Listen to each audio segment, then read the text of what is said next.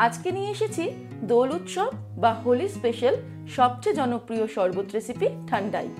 ঠান্ডাই recipe তো আমরা শিখবই, তার সাথে শিখে নেব কি করে হোলির কয়েকদিন আগেই ঠান্ডাই সিরাপ বাড়িতে বানিয়ে প্রিসার্ভ করে রেখে প্রায় বেশ কয়েকদিন আমরা সার্ভ করতে পারি।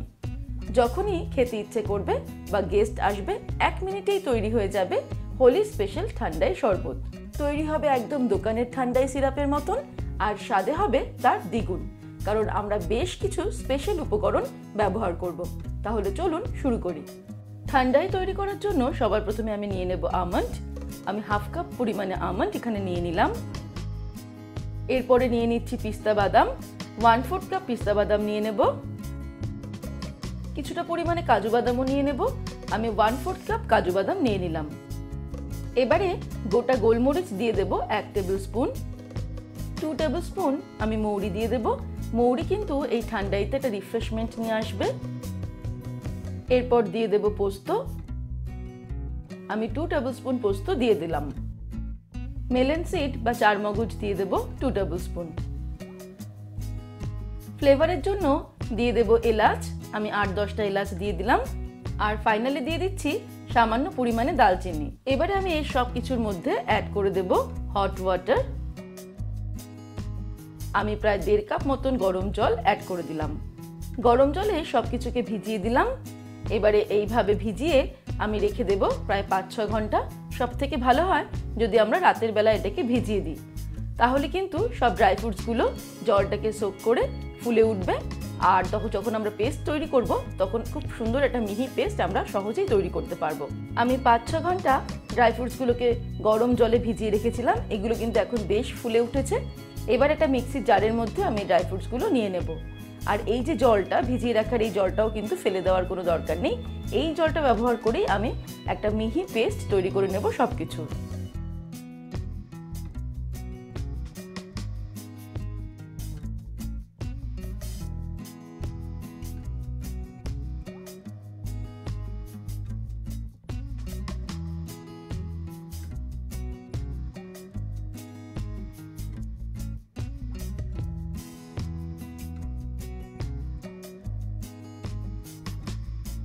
একদম মিহি করে পেস্ট করে নেব।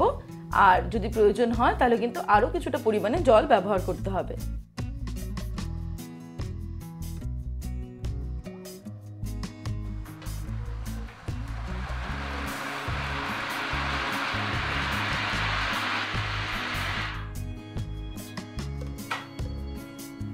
অল্প অল্প করে জল ব্যবহার করে একটা মিহি পেস্ট আমি তৈরি করে নিয়েছি সব উপকরণগুলি দিয়ে। এবার আমি এর মধ্যে অ্যাড করব গুলকন্দ। গুলকন্দ হলো শুকনো গোলাপের পাপড়ি আর চিনি দিয়ে তৈরি একটা জেলি। এই গুলকন্দ মিষ্টি পানে ব্যবহার করা হয়। মিষ্টি পান আমরা যখন দোকান থেকে কিনি তার মধ্যে কিন্তু দেয়, আমাদের খেতে খুবই ভালো লাগে আর রিফ্রেশমেন্ট একটা আমাদের দেয়। আর এই গুলকন্দ আমরা পানের দোকানেও পেতে পারি অথবা যে কোনো সুপার স্টোর বা অনলাইনেও অর্ডার করে কিনতে পারি। আমি 2 টেবিল স্পুন গুলকন্দ দিয়ে দিলাম। তারপর এটাকে আবারও কিছুক্ষণ আমি পেস্ট করে নেব।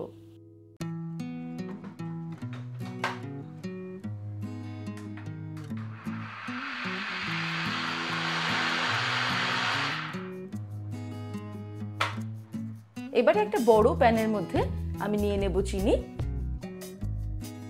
আমি এখানে 2 কাপ পরিমাণ চিনি নিয়ে নেব।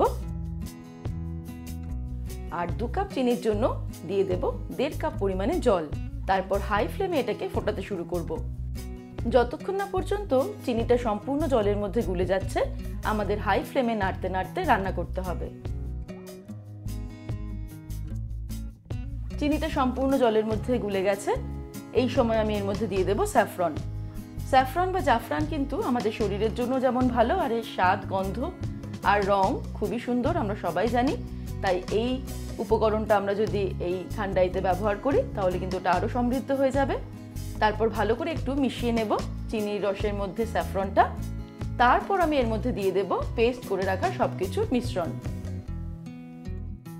এই ড্রাই ফ্রুটসের পেস্টটাই কিন্তু আমরা যদি ঠান্ডা দুধের মধ্যে চিনির সঙ্গে গুলে সার্ভ করি তাহলে কিন্তু আমাদের ঠান্ডাই তৈরি হয়ে যায়। তার সঙ্গে আমরা বরফ দিয়ে সার্ভ করতে পারি। আর আজকে এটা আমরা তৈরি করে রাখছি সময় বাঁচানোর জন্য, সেটা হলো ঠান্ডাইটাকে প্রিজার্ভ করে রাখার জন্য। আমরা ঠান্ডাই যে সিরাপ কিনতে পাওয়া যায় বাজারে সেটা তৈরি করছি, যাতে আমরা যখন তখন ইনস্ট্যান্ট 1 মিনিটের মধ্যেই ঠান্ডাই শরবত তৈরি করে দিতে পারবো। সেই কারণে এবার আমি ঠান্ডাইটাকে এর মধ্যে দিয়ে দিলাম, এই চিনির শিরার মধ্যে। এবার আমাদের মিডিয়াম টু হাই ফ্লেমে এটাকে জাল দিতে হবে নাড়তে নাড়তে।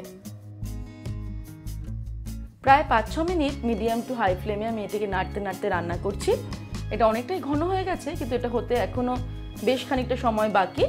একটা কথা বলে রাখি যে এই ঠান্ডাই মানে প্রিজার্ভ করা ঠান্ডাই সিরাপ যখন আমরা তৈরি করব, তখন কিন্তু বেশ খানিকটা বড় কড়াই আমাদের নিতে হবে, আমি যেমনটা নিয়েছি। তার কারণ এটা অনেকটাই উতলে ওঠে একটা টেন্ডেন্সি থাকে, এই মিশ্রণটা ফুটতে ফুটতে খালি উতলে উঠবে। সেই কারণে যদি ছোট কড়াইতে আমরা করতে চাই তাহলে কিন্তু উতলে পড়ে যাওয়ার সম্ভাবনা থাকবে।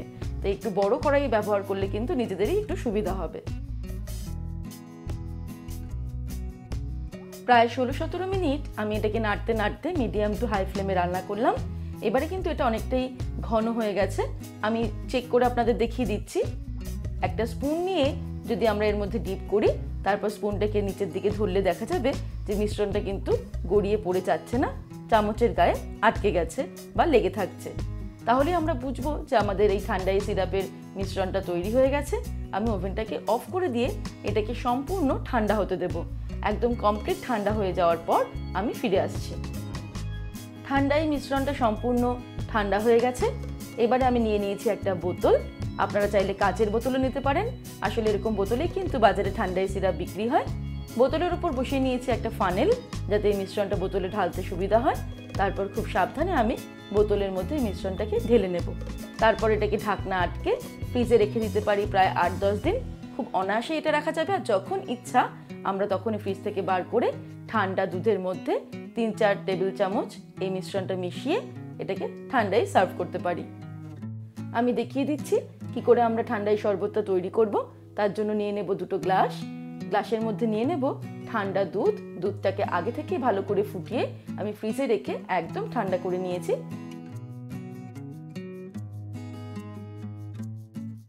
তারপরে দুধের মধ্যে আমি দিয়ে দেব এই ঠান্ডাই সিরাপ। আমি 3-4 টেবিল স্পুন মতো ঠান্ডাই সিরাপ এক একটা গ্লাসে দিয়ে দেব। তারপর এটাকে ভালো করে স্পুন দিয়ে মিক্স করে নেব।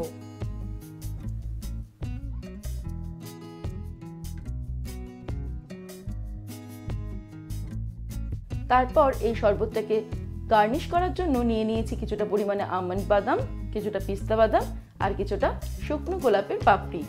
হোলির উৎসবের এই ড্রিঙ্কস কিন্তু আমরা একটু রঙিন করে সার্ভ করতেই পারি, তাই কিছুটা পরিমাণে এই বাদাম, পিস্তা বাদাম আর গোলাপের পাপড়ি দিয়ে আমি এটাকে ডেকোরেট করে দিলাম।